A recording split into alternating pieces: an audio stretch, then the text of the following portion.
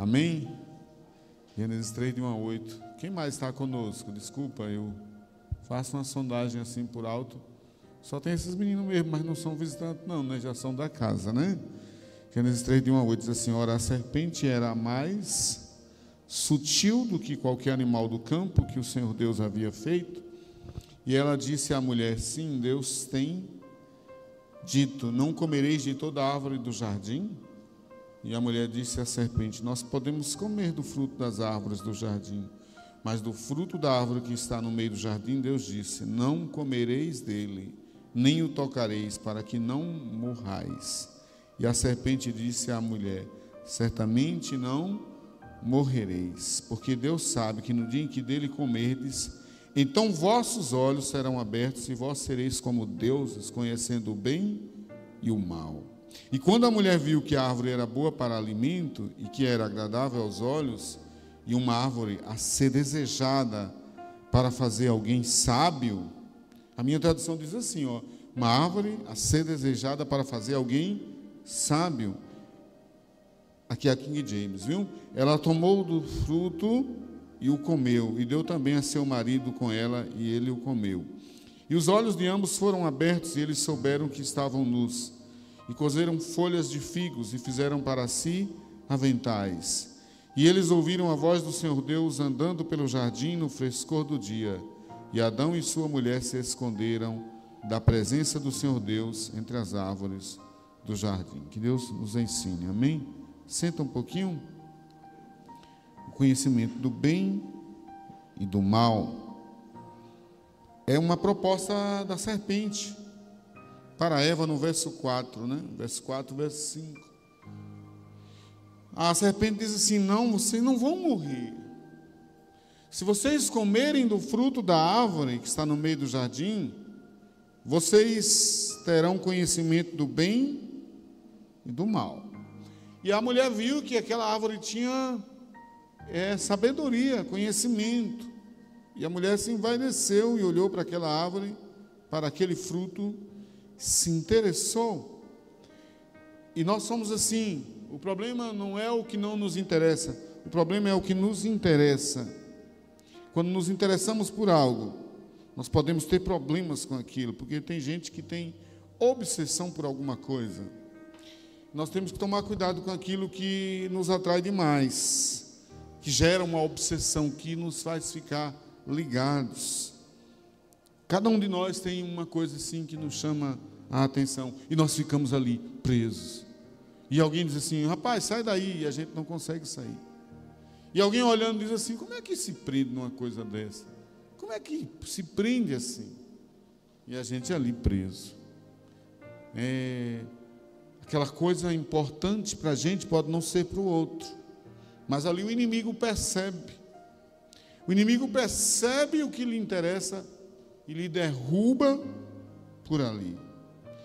A complexidade humana se dá nesse grau aí, de que quando o homem passa a ter o conhecimento do bem e do mal, o homem não fica perfeito, ele não fica completo. Há sempre a sensação de que está faltando algo. Por mais feliz que o homem seja, por mais feliz e realizada que uma mulher seja, ela sempre vai ter a sensação que lhe falta alguma coisa. Uma sensação estranha, que muitas vezes deixa em muitas pessoas um vazio, que a pessoa não sabe de onde veio aquele vazio. A pessoa diz assim: não sei por que eu estou assim, eu tenho tudo, eu tenho uma bela família, eu tenho uma boa casa, tenho coisas, tenho cursos, não está faltando dinheiro para pagar as contas, as pessoas da minha família são pessoas boas e são felizes, mas sente que está faltando algo. A outra sensação que o ser humano tem por causa da queda é a da ilusão, é a de que foi iludido de alguma maneira por alguma coisa que não estava dentro da realidade. O ser humano, ele muitas vezes imagina que a própria realidade é ilusão. Então, muitas vezes, a própria realidade para ele é ilusória, porque não satisfaz plenamente, completamente. A partir do momento que Eva comeu do fruto da árvore do conhecimento do bem e do mal, a humanidade passou a ter o conhecimento das ciências. O homem herdou um conhecimento grande, mas por causa da queda, muito daquele conhecimento se perdeu. Então é preciso que a humanidade rebusque aquele conhecimento. Aquilo que o homem poderia ter de conhecimento pleno, ele não conseguiu, porque quando ele cai, ele fica como que cego para aquele conhecimento. E ele não tem condição humana da percepção de um conhecimento que está além da matéria, que é o conhecimento espiritual. O conhecimento espiritual o homem não tem pleno, não pode ter. Se tiver, ele fica doido, maluco, esquizofrênico. As pessoas que têm esquizofrenia, eu sei que muita gente imagina que é só uma doença, mas eu digo que é uma abertura naquela alma para ver coisas que ela não deveria ver. E isso acontece com algumas pessoas. Para perceber coisas que ela não deveria perceber.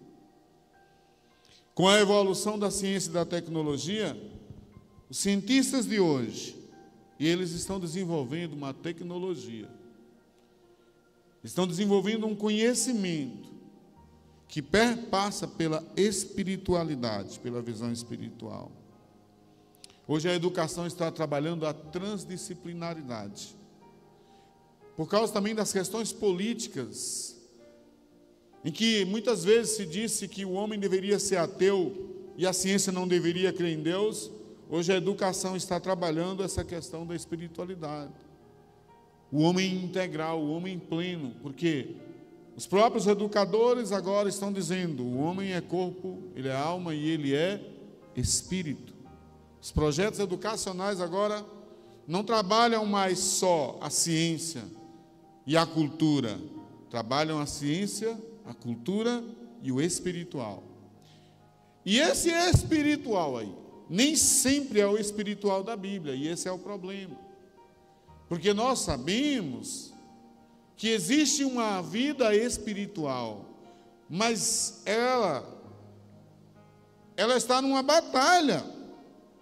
Paulo diz que a nossa luta não é contra carne e sangue, sim contra principados e potestades que habitam nas regiões celestes. E o mundo está consciente hoje de que o ateísmo não levou a nada. Mas o mundo não está se convertendo a Jesus, não. O mundo está se pondo em rebelião contra Deus, estabelecendo crenças espirituais em seres angelicais que caíram. Os anjos que caíram estão hoje nas mentes dos grandes líderes, dos grandes juízes, dos grandes políticos. E há uma batalha também em cada homem e em cada mulher, no seu corpo, na sua alma. Dúvidas por causa da queda. Abra sua Bíblia em Romanos 7. Romanos capítulo 7. O apóstolo Paulo, verso de 18 a 25, vai dizer: eu sei que em mim, isto é, na minha carne, não habita bem algum, e com efeito o querer está em mim, mas não consigo realizar o bem. Porque não faço o bem que quero, mas o mal que não quero, esse faço. Ora, se eu faço o que não quero, já não faço eu, mas o pecado que habita em mim. Acho então esta lei em mim, que quando quero fazer o bem, o mal está comigo. Isso é o apóstolo Paulo falando. Jenny, pode baixar só um pouquinho o retorno? Quando eu quero fazer o bem, o mal está comigo. Porque segundo o homem interior, eu tenho prazer na lei de Deus. Mas vejo nos meus membros outra lei que batalha contra a lei do meu entendimento e me prende debaixo da lei do pecado que está nos meus membros. Miserável homem que eu sou, quem me livrará do corpo desta morte? Dou graças a Deus por Jesus Cristo, nosso Senhor, assim que eu mesmo, com entendimento, sirvo a lei de Deus, mas com a carne a lei do pecado. O apóstolo Paulo, ele reconhecia que o homem interior, o homem espiritual, tem prazer nas coisas de Deus, mas que o homem material não tem. Paulo chama o homem interior, o homem espiritual, de nova criatura. E Paulo chama o homem da carne, o homem do pecado, de velha criatura. E Paulo diz que são dois homens que estão num só ser. E vai depender de cada homem decidir se vai ser nova criatura ou vai ser velha criatura. Paulo chama isso de luta contra a carne e o espírito, de bem contra o mal, conhecimento do bem e do mal. Paulo diz o seguinte: eu tenho conhecimento do bem e quero fazer o bem, mas não faço. Está lá no verso 20. E o mal eu faço até sem querer. Está lá no verso 18. Verso 18, ele diz: o mal eu faço sem querer, e o bem, nem querendo, eu consigo realizar. No verso 19 ele diz: não faço o bem que quero, mas o mal que eu não quero fazer, termino fazendo o mal. O que Paulo diz é o seguinte: que se nós formos lutar contra as coisas que estão dentro de nós, nós não vamos conseguir. Ele diz: graças a Deus por Jesus Cristo, que nos livrou do pecado, agora nenhuma condenação há. Está lá no capítulo 8 ele falando, para os que estão em Cristo Jesus. Em Filipenses 2,15, o apóstolo Paulo vai dizer o seguinte: nós vivemos no mundo, nós vivemos no meio de uma geração corrupta e perversa. Filipenses 2,15, Paulo diz: vivemos no meio de uma geração corrupta e perversa. Nós estamos no meio de uma geração contaminada com perversões e perversidades. Não é diferente do Gênesis, não é diferente da pré-história, não é diferente da história, não é diferente da idade da pedra polida, nem da idade da pedra lascada, nem da idade da pedra polida, nem da idade do ferro, do bronze. De nenhum momento histórico o homem sempre foi um homem que pecou e errou, e tentou acertar e errou. É uma contaminação em todas as gerações humanas. Quando Noé subiu na arca, ele e suas filhas e seus genros, e aqueles animais todos, quando Noé subiu naquela arca, Deus estava separando um grupo de pessoas que não iria morrer no dilúvio. E aquilo ainda não foi na época da lei, aquilo foi antes da lei. E aquelas eram pessoas descendentes de Sete, porque Noé era um descendente de Sete, e Sete era um adorador de Deus. Mas provavelmente uma das suas noras era uma das descendentes de Caim, ou algumas das suas noras eram descendentes de Caim. Mas não importa, mesmo a geração de Sete não era perfeita, e eles pecaram. E quando eles descem da arca, eles voltam a pecar novamente. Quando eles descem da arca, a gente pode imaginar assim: não, esse povo que está na arca aí, que não pereceu no dilúvio, eles vão ser perfeitos. Mas nós vemos a história de Abraão, que o seu sobrinho foi na direção de duas cidades perigosas, chamadas Sodoma e Gomorra.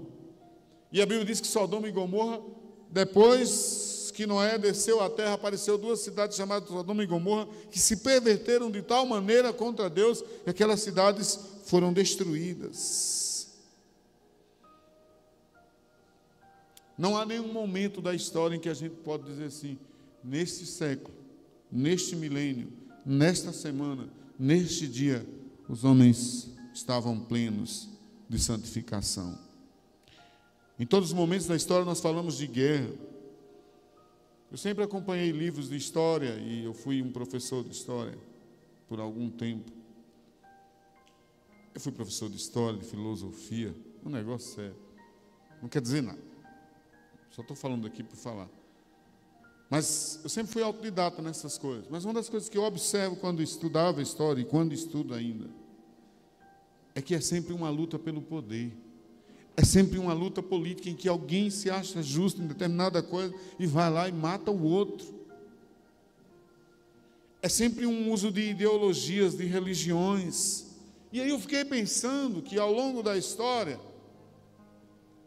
muitas religiões foram criadas, muitas ideologias políticas, muitos exércitos foram criados, e nenhum deles alcançou a perfeição. Não existe perfeição nos políticos, nos advogados, nos religiosos, nos militares. Por que não existe perfeição, pastor? Porque são homens. Não existe perfeição nos educadores, nas educadoras. Por que as educadoras não são perfeitas, pastor? Porque são mulheres, são homens. São caídos. Eu já ouvi discursos, palestras de alguém dizendo assim, a educação vai melhorar o mundo. E eu me iludi achando que iria mesmo. Se me disserem um negócio desse hoje, eu fico cuspindo no chão. Porque aqueles que muitas vezes usam a educação dizendo que vai melhorar o mundo, estão, na verdade, manipulando as pessoas. Estão manobrando as coisas aos seus interesses. Eu já ouvi muitas vezes discursos de pessoas dizendo assim, a cultura vai melhorar o mundo. Meu Deus do céu! Nós temos 8 bilhões de pessoas no mundo e todas elas têm cultura e culturas. Sinceramente, cultura é tanta cultura no mundo e é tanto enfado no mundo, porque é muita coisa para se ver, para se falar, para se olhar, para se escrever. É cultura demais. É muita cultura. Eu não acredito que a cultura vai melhorar nada.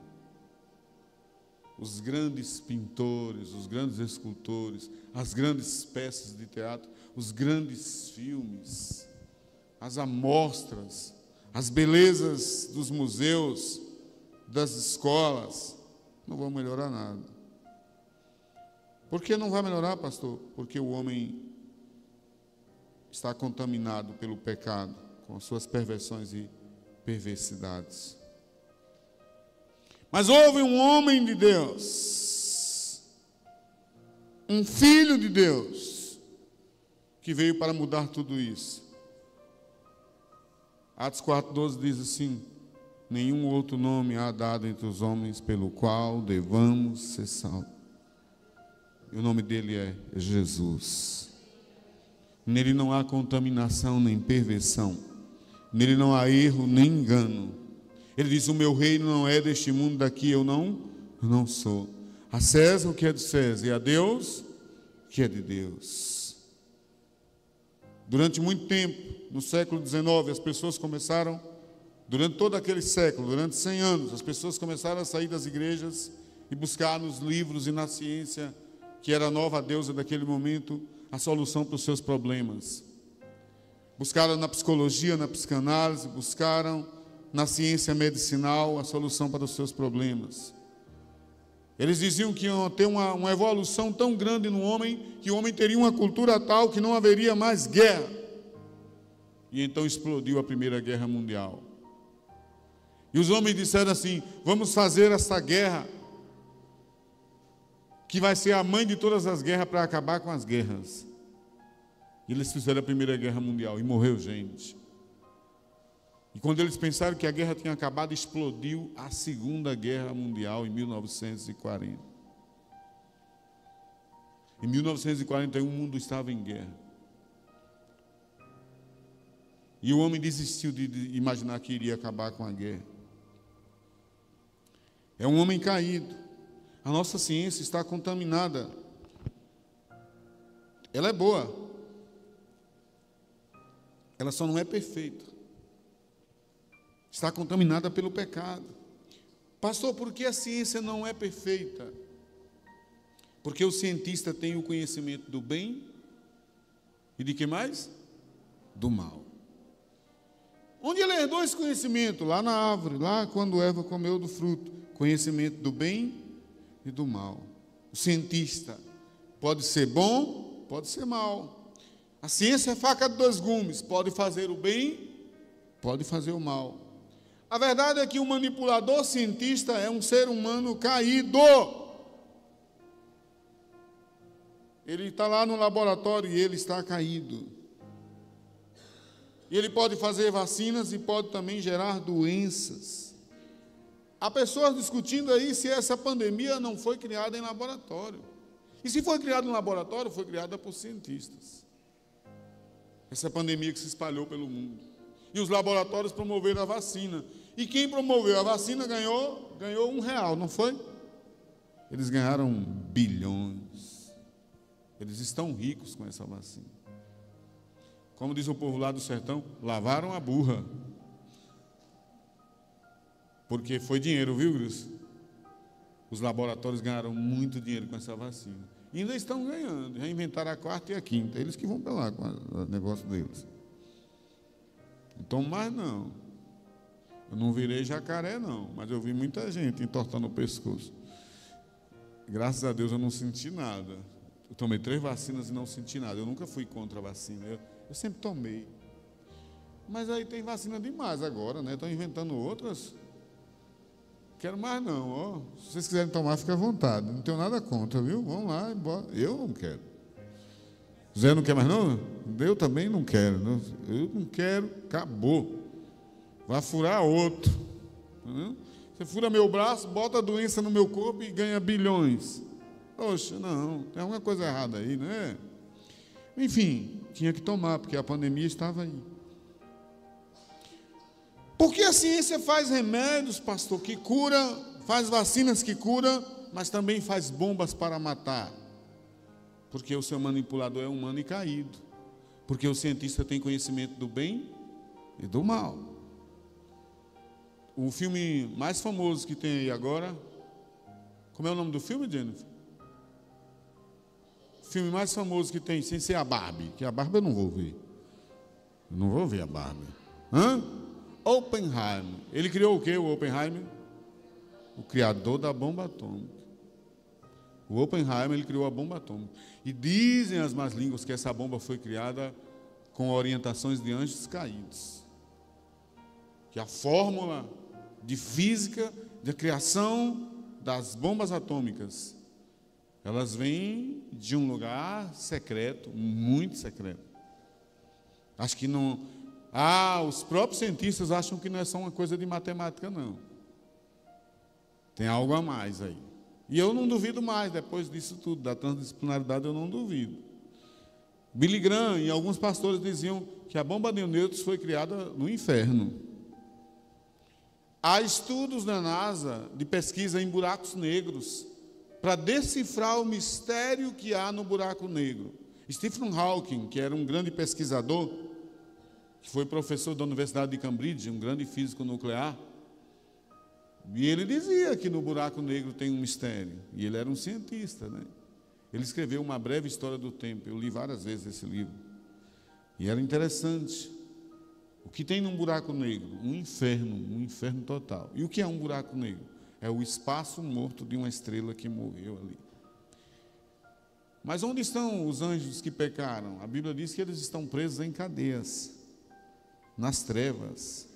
Quem já viu o filme Superman 1, aquele filme antigo, viu isso, né?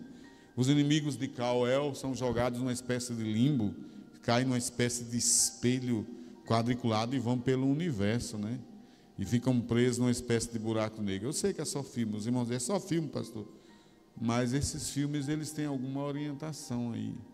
Essa cultura de filmes de ficção científica tem uma orientação aí. Pastor, não é só mitologia? Para mim, mitologia não é só mitologia, desculpa. Para mim, uma imagem religiosa não é só uma imagem religiosa. Não é só arte, não. Não é só cultura, não. Se eu quiser ver só como arte, eu vejo. Mas eu não vou negar que existe por trás daquilo um ser alado. Eu sou um pastor, né? Eu não sou um incrédulo das coisas espirituais. Já dizia aquele grande artista da Inglaterra que fazia teatro. Como era o nome dele, Jenny? Aquele teatro da Inglaterra famoso, criador de dramas de teatro. Como era o nome dele? Ah, você está bem. Shakespeare. Shakespeare dizia assim, que há mais coisas entre o céu e a terra do que imagina a nossa, do que pensa a nossa vã imaginação. A árvore da vida estava no jardim, e a árvore do conhecimento do bem e do mal. Quando as pessoas leem Gênesis 3, só vê uma árvore. É engraçado, eu vejo duas. Você já percebeu que são duas? Vai lá para Gênesis 3, volta lá, Gênesis 2. Gênesis 2:9. São duas árvores, irmãos. Olha lá. Tem gente que só vê uma, eu vejo duas. Eu estava lendo na minha Bíblia lá, a Bíblia judaica, e estava bem claro, as duas árvores. Eu digo, epa, tem uma coisa aqui. São duas árvores. Gênesis 2:9. O Senhor Deus fez brotar da terra toda árvore agradável à vista e boa para comida. E aí tem a árvore da vida, que está onde? No meio do jardim. E conjunção aditiva aí, né? É uma soma, a conjunção aditiva ela soma. E a árvore do conhecimento, do bem e do mal. São duas árvores. São duas árvores. A árvore da vida é a árvore espiritual, é a árvore da vida eterna. E a árvore do conhecimento do bem e do mal é a árvore que vai ser dada para o homem ter o conhecimento das coisas, ser um cientista. Na hora certa, Eva teria esse direito de comer daquele fruto. Na hora certa, Adão teria o direito de comer da árvore do conhecimento. Mas eles ainda eram crianças, ainda eram adolescentes. Então, a árvore do conhecimento do bem e do mal é a árvore do conhecimento da bondade humana e da maldade dos anjos caídos. Os anjos caídos, irmãos, desculpa, eu vou falar. Tem um livro de Hal Lindsey, da Mundo Cristão, da editora Mundo Cristão, que o título do livro é assim: Satanás está vivo e ativo no planeta Terra. O nome do livro é esse. Satanás no hebraico. No grego é adversário, né? No grego, adversário. Diabolos. No grego é diabolos, né? Diabo no Brasil, né? Mas o povo fala assim, ô diabo, não sabe nem o que é que está dizendo, né? Está invocando um inimigo, né? O diabo é o adversário, o Satanás. Ele está com os seus anjos caídos. É engraçado, né? O Apocalipse diz que quando o diabo saiu do céu, quando Satanás foi expulso do céu, ele saiu sozinho, foi isso? Ele levou consigo o quê? A terça parte dos anjos. E nós não podemos dizer, pastor, não fala disso. Eu tenho que falar. Eu preciso falar. Ele veio com a terça parte dos anjos do céu. Você consegue calcular a terça parte dos anjos? Cuidado que na Bíblia chama anjo de estrela, viu? É simbólico. A Bíblia está falando de estrela e você está vendo estrela, o sol. A Bíblia está falando de estrela, são anjos. Ou anjos bons ou maus. Uma pessoa me disse assim, pastor, eu vi lá o cara no pigi batendo o tambor e falando uma língua estranha, parecendo língua dos crentes lá na igreja. Eu disse, é a mesma língua. É a mesma? Os crentes falam a mesma língua do pigi. Eu disse, não, os crentes falam a língua dos anjos. Dos anjos de Deus. E lá no pigi fala a língua dos anjos caídos. É diferente. Mas é a mesma língua. É a mesma língua. É a língua de anjo. Qual é a língua que os anjos falam? É mistério, mas eles falam. Os anjos na igreja, nesta igreja, em qualquer igreja, eles podem entrar na adoração, no louvor. Quando eles cercam a igreja, eles podem se envolver no culto. Mas o inimigo também, quando fica em redor de vós, bramando como leão, procurando a quem possa tragar, pode desenvolver ações contra você. Eles lançam dardos inflamados. Eles não têm direito de tocar no seu corpo, na sua mente, só se você der lugar.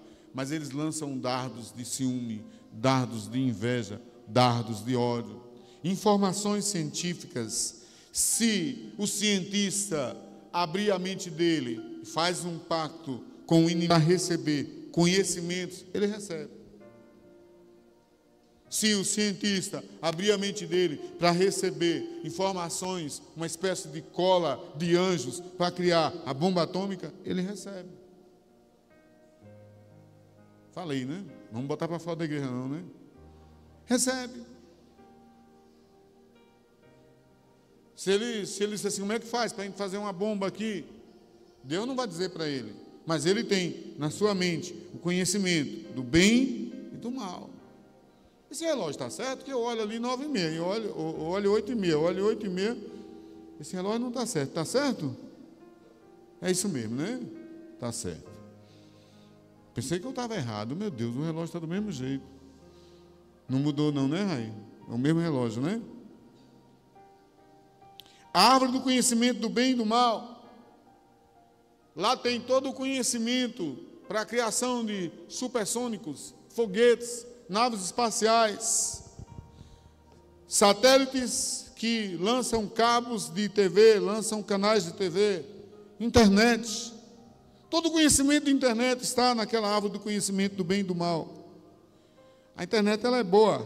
Hoje você tem contas nos bancos e elas estão protegidas por uma coisa chamada criptografia. Já ouviu falar? E você confia, não é isso? Porque tem a criptografia, não é? Então você bota ali, você confia que ninguém sabe, né? Só que os Estados Unidos e a NASA já desenvolveram um computador que está além desse, que protege sua conta, seu endereço com criptografia. É um computador quântico. Esse computador quântico, ele foi criado num mistério que trouxe a revelação dos buracos negros. Se esse computador que a gente tem em casa agora, ele é acelerado e faz as coisas correrem rápido, o computador quântico é 15 vezes mais veloz. E senha de conta, senha de WhatsApp, criptografia, ele desmancha tudo. Tudo. E esse computador já está criado. A NASA já tem, os Estados Unidos já tem. Então, se você achava que ninguém sabe nada sobre você, tem alguém que sabe. Se você achava que estava protegido, você não está. Você não está protegido por nada. Por que, pastor, que o computador quântico ainda não foi popularizado? Justamente por isso. Para ser popularizado, ele tem que ter uma série de regras de proteção. E ai, se ele cair nas mãos de gente perigosa. Ele está ensinando a criar armamentos, coisas absurdas, naves espaciais absurdas. E os Estados Unidos vão decifrar tudo antes de soltar isso aí, né? Imagine aí a NASA, o conhecimento que ela tem hoje. O Elon Musk é um grande empresário dos Estados Unidos, juntou com outro empresário da China, e eles criaram um foguete que subiu para o espaço e desceu, e eles estão criando um negócio agora para ir para Marte. Eles gastam trilhões, sei lá quanto é que eles gastam, porque esse cara tem dinheiro demais. Eu não sei onde é que eles acharam tanto dinheiro. Eles têm muito dinheiro, eles conseguiram verbas com a NASA desenvolve produtos, e eles desenvolvem produtos, e eles estão com conhecimento avançadíssimo. O livro de Daniel diz que a ciência, no final dos tempos, ela se multiplicaria. O livro de Ezequiel diz que há seres que têm olhos por frente e por trás. Esse computador, esse novo computador, tem informações secretas até de um mundo que a gente não conhece. E é estranho que os grandes cientistas estão sempre falando em ETs. Antigamente quem falava em ET era doido visionário. Hoje são os cientistas. Um grande cientista tem falado na internet sobre essa possibilidade. Carl Sagan, antes de morrer, falava sobre isso. E alguém disse assim: e vocês crentes não acreditam? Eu disse: você está enganado, a gente acredita sim. E se vocês acreditam em ET, eu tenho certeza que eles estão lá. A Bíblia diz. A Bíblia fala. A Bíblia diz que o diabo e os seus anjos caídos habitam as regiões celestes. No livro de Jó, Deus pergunta para Satanás: de onde vem Satanás? Ele diz: de rodear a terra e passear por ela. E os cientistas estão dizendo agora que há ETs em volta da atmosfera terrestre. Eu digo: mas é sabido, descobriu agora. Descobriu agora que tem ETs em volta da terra terrestre, da atmosfera terrestre. Eles estão aí há milhares de anos. Eles foram expulsos do céu para a terra. Esse é o espaço deles. E eles, no final dos tempos, terão a permissão de invadir a terra, como naquele filme. Como é o nome do filme, Jenny, que tem uma assombração de ET invadindo a terra? Eu nunca vi aquele filme, é feio. Parece que é Tom Cruise, é? Guerra dos Mundos. Alguém já viu esse filme? Pode falar, não é pecado não dizer que viu. Quantos já viram Guerra dos Mundos? Ninguém, só a Naná. Naná, você pecou, nós vamos orar, viu? Não é pecado não, meu filho. A gente também viu, né? Eu estou brincando. Eu não vi. Eu vi uma cena, uma menininha chorando, eu não quis mais ver. Eu digo: oxe. Na época minhas filhas eram pequenas, uma menininha chorando assim, eu digo: aí, os bichos muito feios, aqueles ET. Eu não gostei não, é tudo feio. Mas o livro de Apocalipse diz que é pior. Se você ler Apocalipse, é pior. Eles vão invadir a terra e vão ferir os humanos. As pessoas dizem: não, os crentes não acreditam nisso não. Os crentes acreditam sim. Mas os crentes não veem ET como as pessoas veem bicho de outro planeta. O ET é um extraterrestre porque ele é anjo. E anjo não é da terra. Todo anjo é extraterrestre, irmão. Anjo de Deus é extraterrestre e anjo caído também é extraterrestre. Porque extraterrestre é aquilo que tem vida fora da terra. É isso que é um ET, um extraterrestre. Nós não, nós somos da terra. Nós somos da terra. Há estudos de cientistas hoje. O que mais rende hoje para a ciência é estudos sobre extraterrestre e sobre buracos negros e sobre a possibilidade de que eles desenvolvam conhecimento de física, de química com essas personalidades estranhas. Versos 4 e 5 de Gênesis 3. A árvore do conhecimento do bem e do mal. Foi esta árvore que a serpente mandou Eva comer do fruto.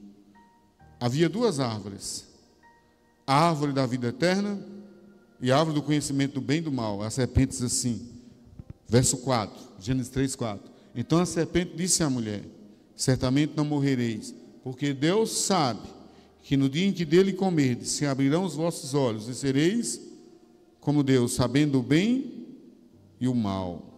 A vontade de Eva foi precipitada para ter esse conhecimento científico e filosófico. Gerou uma ilusão pela posse do conhecimento. E aí Eva pecou e levou maldosamente para o seu marido o mesmo calcanhar de Aquiles, que já estava em seu corpo e em sua alma. Abra sua Bíblia em Gênesis 3, 22 e 24, confere aí. Gênesis 3, 22 e 24. Então disse o Senhor Deus: eis que o homem é como um de nós, sabendo o bem, sabendo o que? O bem e o mal. Ora, para que não estenda a sua mão e tome também da árvore da vida, a árvore da vida era outra, né? tome também da árvore da vida e coma e viva eternamente. O Senhor Deus, pois, o lançou fora do jardim do Éden para lavrar a terra de que fora tomado. E havendo lançado o homem fora, pois querubins são o quê, gente? São anjos de proteção. Pois querubins ao oriente do jardim do Éden, e uma espada inflamada que andava ao redor para guardar o caminho da árvore da vida. É engraçado, né? O mundo hoje ele vive a ameaça da guerra dos russos contra os ucranianos. É Rússia e Ucrânia, né? Rússia e Ucrânia vivem aquele conflito, né? Você sabe o que eu acho estranho dessa guerra da Rússia e Ucrânia? É que são países irmãos. A Rússia e a Ucrânia, eu nem consigo entender porque que eles estão brigando como países diferentes, porque são o mesmo país. Eles são a mesma coisa. Um russo e um ucraniano, a diferença entre um russo e um ucraniano é a diferença entre um mineiro e um baiano. É isso que é a diferença deles. A diferença entre vamos dizer assim, para botar uma diferença grande, um gaúcho e um baiano. Botar uma diferença grande aí. A diferença de um russo e um ucraniano é a diferença entre um gaúcho e um baiano. São da mesma nação, falam praticamente uma língua igual, a diferença é sotaque e geografia. E tem uma história em comum da União Soviética. E eles hoje estão em guerra. E eles são irmãos. É como diz a Bíblia: é filho contra pai, pai contra filho, irmão contra irmão. Eu sei que os irmãos estão pensando em ver guerrinha de família. E quando a Bíblia diz assim, filho contra pai, pai contra filho, irmão contra irmão, eu vou, irmãos, olhar para as nações. São nações irmãs, é irmão contra irmão ali, é uma guerra fratricida. Russos e ucranianos, é o cumprimento bíblico. Guerra de irmão contra irmão. Um filho brigando contra o pai, é como se o Brasil brigasse contra Portugal. É como se a Bélgica brigasse contra a França. E nessa história eu não sei quem é o pai, quem é a mãe, se é a Rússia ou se é a Ucrânia. Mas sei que são irmãos. E estão brigando. E alguns lá discordam dessa guerra. Como é que irmãos guerreiam? É o cumprimento do fim dos tempos. Eu sei que o irmão está esperando, toda a casa tem uma briga de irmão contra irmão. Tenha sabedoria, irmão. Ucranianos e russos são irmãos. Estão em guerra. É engraçado toda a modernidade do mundo dessa época nossa, toda essa ciência que a gente tem, toda essa tecnologia que a gente tem, e não conseguimos acabar com as guerras. Por quê? Porque vivemos no meio de uma geração corrupta e perversa. Filipenses 2,15. E foi a contaminação da ciência que causou tudo isso, pastor. Guerras e luta pelo poder, mas tem também a contaminação das ideologias. Porque nenhuma ideologia é perfeita, pastor. Porque nenhum partido político é perfeito. Não tem como ser. Não tem como. Quando eu era universitário, eu lia muito essas coisas de esquerda, porque os professores da universidade são soldados de ideologias de esquerda. Só que eu não conseguia perceber. E eu estava ali, usufruindo daquilo como uma esponja. Gente, falar a verdade, muita coisa eu só fui perceber depois dessa campanha política. Eu estou sendo franco com meus irmãos. Eu via muita coisa, mas a gente não... Sinceramente, hoje a gente vê tudo. É como se tivesse tirado alguma coisa da nossa mente. Mas quando a gente está na universidade, aqueles professores todos com aquela cátedra toda, eles vão falando aquilo tudo, a gente vai absorvendo aquilo como esponja. Aquilo fica parecendo verdade verdadeira. Se é meu professor que está falando, se é a academia que está falando, é ali uma verdade. Não é não. É uma manipulação, assim como Satanás tentou Eva. Como foi que a serpente disse para Eva? Ô Eva, coma do fruto que você vai ter o conhecimento do bem e do mal. Nas universidades o oferecimento é o mesmo. Como dizia o pastor Franz Schaeffer, o doutor Franz Schaeffer, que era professor da grande comunidade de L'Abri e um grande filósofo, ele dizia assim: a melhor faculdade, a melhor universidade é a que faz a maior lavagem cerebral. E o pior é que quem passou pela lavagem cerebral sai dizendo assim: vocês estão sofrendo lavagem cerebral. Um dia um vai dizer assim para mim, eu disse assim, que está sofrendo lavagem cerebral é você. Eu? Sim. Mas eu estou estudando. Pois quem estuda passa por lavagem cerebral. Absorve. O espírito crítico não é suficiente.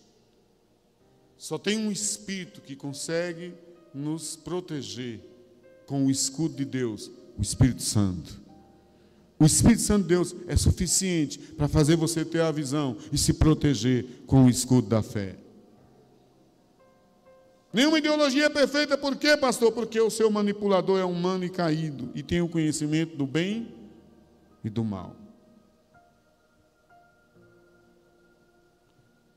Por que que as ideologias são boas e todo partido político nunca está perfeito? Ele tem uma coisa boa e tem outra bem ruim. Você pega um partido de esquerda, ele é tão bom, depois ele tem um negócio que é bem ruim. É tão ruim que a gente nem lembra daquilo. Você pega um partido de direita, ele só tem ideias boas, tão boas, e tem uma que é bem ruim, é tão ruim. A ideia daquele partido de direita que você nem fala daquele problema. E eu fiquei me perguntando há alguns dias, eu olhando as ideologias de direita e de esquerda, eu disse: meu Deus, eles são tão bons ali numa coisa, mas tem uma coisa que é horrível.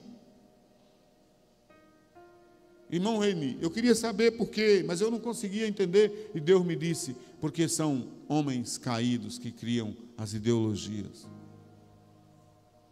Não tem como ser perfeita. Eles vão criando ali, vai ficando tão bonito, mas o capeta entra lá de alguma maneira. Desculpa falar assim. É assim que o meu povo entende. Se alguém estiver me vendo aí pela internet, eu sei falar academicamente também, mas não vou falar, porque eu sou um pastor, viu? Não tem negócio. Aqui não é faculdade, não é curso, aqui é a pregação da palavra de Deus. O demônio entra lá.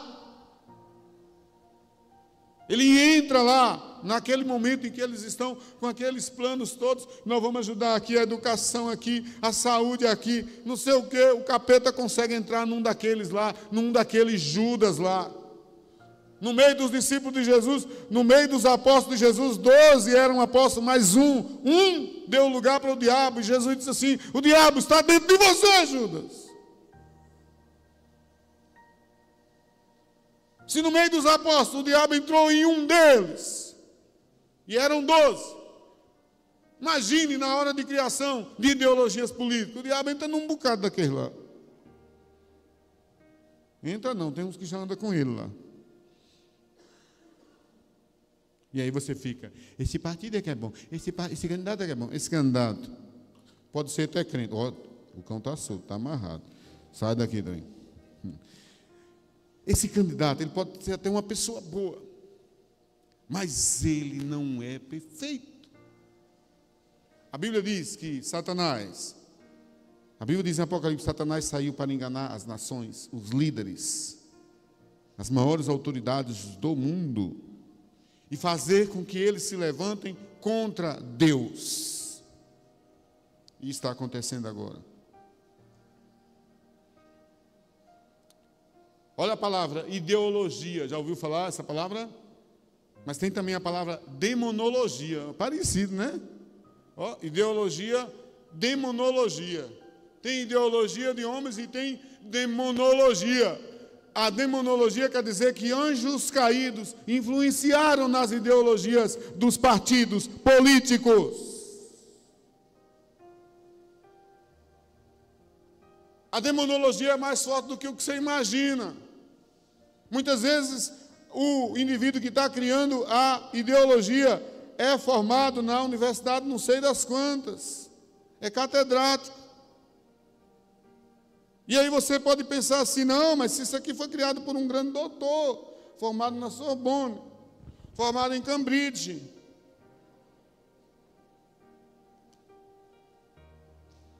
Olha, eu vou falar uma coisa aqui, eu sei.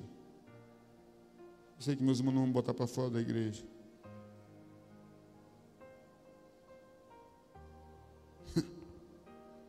Muitos deles são formados com ideias do inferno, de demônios. Muitos desses doutores têm ideias infernais, assim como muitos crentes. Pode deixar, André, que eu puxo aqui. Obrigado. Assim como muitos crentes têm ideias divinas, espirituais, os homens do mundo têm ideias infernais e defendem com o maior prazer. Enquanto que você tem dificuldade para defender a sua fé com o seu testemunho, as pessoas do mundo defendem suas crenças com o seu mau testemunho. Terceiro ponto, a contaminação das religiões. Isso aí também é estranho. Por quê, pastor? Porque as religiões estão contaminadas também. Por que as religiões estão contaminadas? Porque os homens que criam as religiões também têm o conhecimento do bem e do mal. Então, nenhuma religião é perfeita? Nenhuma presta. Toda religião leva a Deus? Conversa. Isso não é verdade. Muita religião está levando muita gente para o inferno. Deixa eu dizer, tem muita gente indo para a religião para ir para o inferno. Muita gente está indo para a religião e está indo para a perdição eterna. Porque está confiando em religião, está confiando que é uma pessoa boa, que é uma pessoa direita, que faz isso, faz aquilo. E a Bíblia diz que a salvação não é por merecimento religioso, é pela graça. A Bíblia diz que pela graça sois salvos por meio da fé em Cristo Jesus. E esse orgulho religioso não vai levar ninguém a lugar nenhum. Essa defesa cultural religiosa é do inferno.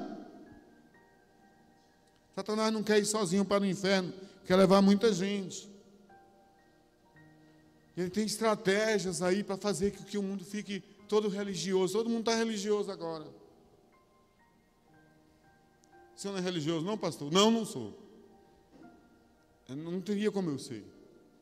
Eu sei que a fé evangélica tem princípios religiosos. Eu sei que a boa religião, diz a Bíblia, é cuidar dos órfãos e das viúvas. Que a boa religião é ser um bom cidadão, é ser uma pessoa ética, direita, e tudo bem. Tudo bem, tudo bem.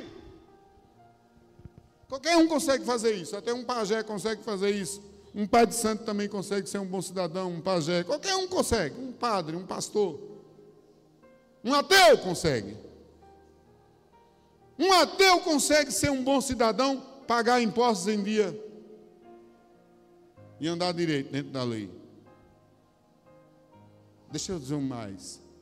Me perdoe a franqueza. Um satanista consegue. Os satanistas do Brasil, os adoradores do diabo, eles andam tudo dentro da lei. Eles pagam os impostos certinho. Pagam as contas deles certinho. Tudo certo. Que é para eles se levantarem contra aqueles que têm a fé e dizerem assim: você está errado. Não confie nas suas obras, porque se elas forem perfeitas, os inimigos da fé ainda acharão defeitos nas suas obras. Confie em Deus. Jesus não tinha obra errada nenhuma. Jesus não tinha nenhum pecado. Crucificaram ele. Crucificaram ele. Imagina você. Você pode imaginar que está perfeito, mas o inimigo consegue te acusar. Você diz: não, ninguém vai me acusar, não, que eu estou direito. Acusaram Jesus. E Jesus disse o quê? Não é o servo maior do que o seu Senhor. Se a mim me perseguiram, também perseguirão a vocês. Crucificaram Jesus como um malfeitor, como um ladrão, lá na cruz. Tinha um bandido que não valia nada, chamado Barrabás. E o governador Pilatos mandou o povo escolher entre Jesus e Barrabás, e o povo escolheu Jesus, não foi? Não, Barrabás. Na hora de escolher entre você e Barrabás, diga quem vai para a cruz. É você. E você vai dizer assim: ô pastor, eu sou tão direito. Eu não faço nada errado. Mas o inimigo não quer saber que você é direito. ele vai apontar seus erros. Ele vai lhe caluniar, vai mentir contra você. E vai pegar meias verdades dos seus erros e transformar na pior coisa. Estão fazendo isso com nossos irmãos na televisão. Estão fazendo isso com nossos irmãos na internet. Estão fazendo isso contra os irmãos na internet. E vocês estão lá no YouTube acreditando naquelas mentiras.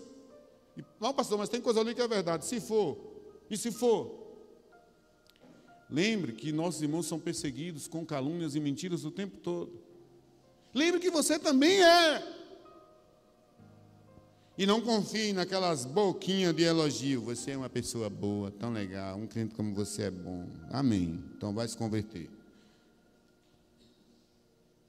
Eu não quero receber elogio, eu quero que você se entregue a Jesus. Eu quero que você diga assim, olha, então eu vou ser crente. Para ficar me elogiando, não precisa. Eu não sou nada. Nem quero ser. Nada. A religião é um perigo. A inveja dos políticos da época de Daniel prejudicaram Daniel na questão religiosa, que Daniel orava 3 vezes ao dia. E aqueles políticos, eles eram de outras religiões. Só que Nabucodonosor pegou e fez o seguinte: haviam vários sábios e religiosos ali. Nabucodonosor entendeu que Daniel, Sadraque, Mesaque e Abednego eram mais inteligentes, e ele colocou eles em evidência, destacou eles. Eles eram mais sábios, mais inteligentes. Aquilo que gerou inveja, aquilo gerou ódio, um ódio terrível. E o pior ódio é aquele da pessoa que te elogia por trás e mete a faca também por trás. Que elogia por frente e mete a faca por trás. Fala mal de você. Tem pessoas que chegam assim a elogiar, o pastor Dejaí é gente boa. Aí quando a gente vira as costas, mete a faca. Fulano andou falando mal de você aqui, não tem nada. Hoje ninguém diz mais nada, que eu digo logo, falou só isso. Falaram mal de você aqui, Dejaí. Foi o quê? Isso, só foi isso. E tem mais? Tem mais. Isso é pouco? É muito pouco. E você fez isso? Não. Não fiz, não. Mas estão dizendo que você fez. Não tem nada, não. Minha mãe já me disse uma coisa, eu não esqueço. A mentira tem o quê? Perna curta.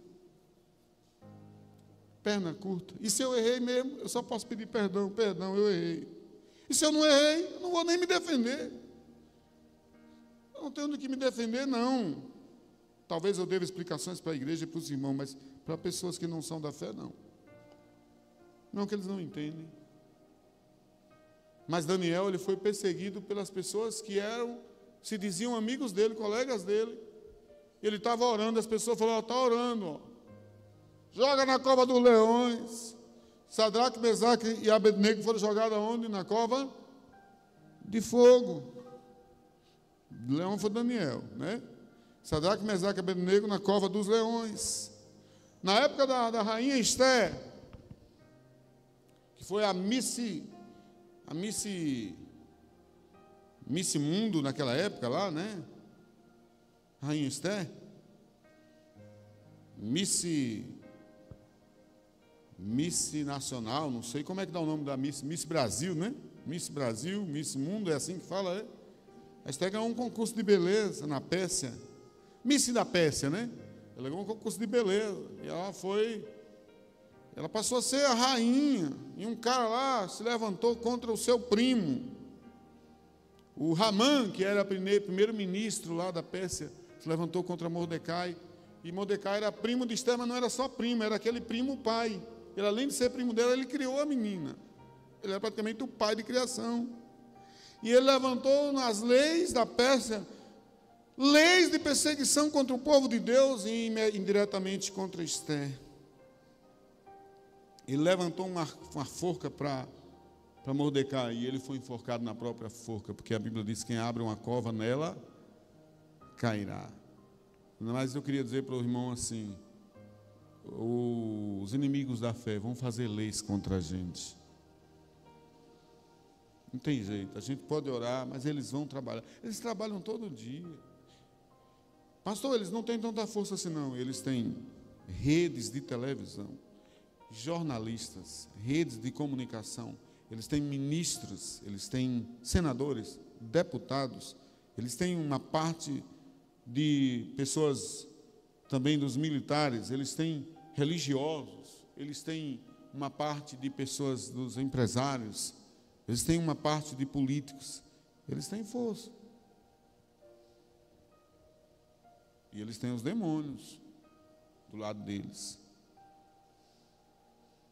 Mas eu quero te dizer, irmão, se alegre em Deus, porque mais são os que estão conosco do que os que estão com eles. E o pastor falando assim, parece que está cercado de inimigo, né? Mas o inimigo está derrotado em nome de Jesus. O conhecimento do bem e do mal está na cidade, está na religião, está no mundo. Porque as religiões não são perfeitas? Porque o seu manipulador é humano e caído. E ele tem o conhecimento do bem e do mal. E vou dizer mais, algumas religiões foram criadas por anjos. Tem muita revelação aí, que a pessoa diz assim, mas bateu a revelação, pastor, mas ali foi anjo que deu. E muitas dessas revelações são anjos caídos. Anjos caídos. Um anjo caído é capaz de chegar num ambiente e dizer assim, olha, eu vi à meia-noite, quando o seu avô com a camisa azul, a calça branca, foi debaixo de um buzeiro da esquina e cavou e enterrou uma caixinha cheia de ouro. Aí a pessoa diz assim, será verdade? Aí a pessoa vai lá e cava e está lá a caixinha cheia de ouro. O anjo caído falou porque ele viu. Ele viu na hora que a pessoa com a camisa azul, a calça branca, cavou e enterrou. Ele sabe, ele pode saber do passado de muita gente, ele só não sabe do futuro. Porque o futuro de muita gente é com Jesus. Amém? Mas o passado sabe. Sabe a cor da roupa. O inimigo imita até a voz. Imita até a voz. O conhecimento do bem e do mal está no homem, porque o anjo caído também tinha o conhecimento do mal. Então a nossa luta, irmãos, não é contra carne e sangue, sim contra principados e potestades. Vamos para o último texto de hoje, Gálatas 5. Gálatas capítulo 5, versos 16 e 17.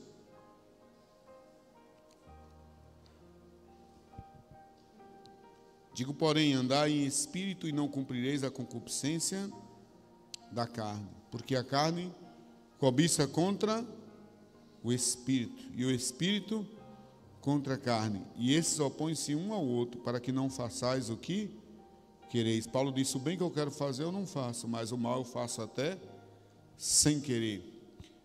O conhecimento do bem e do mal está em cada homem, mas a nova criatura, o novo homem em Cristo Jesus, vai fazer a vontade de Deus. Há uma luta entre a carne e o espírito. A carne quer buscar o conhecimento do mal, mas o espírito vai buscar o conhecimento do bem. Faça a vontade de Deus. Se você tem dúvida, chama a Deus, porque Ele vai ao teu encontro. Amém?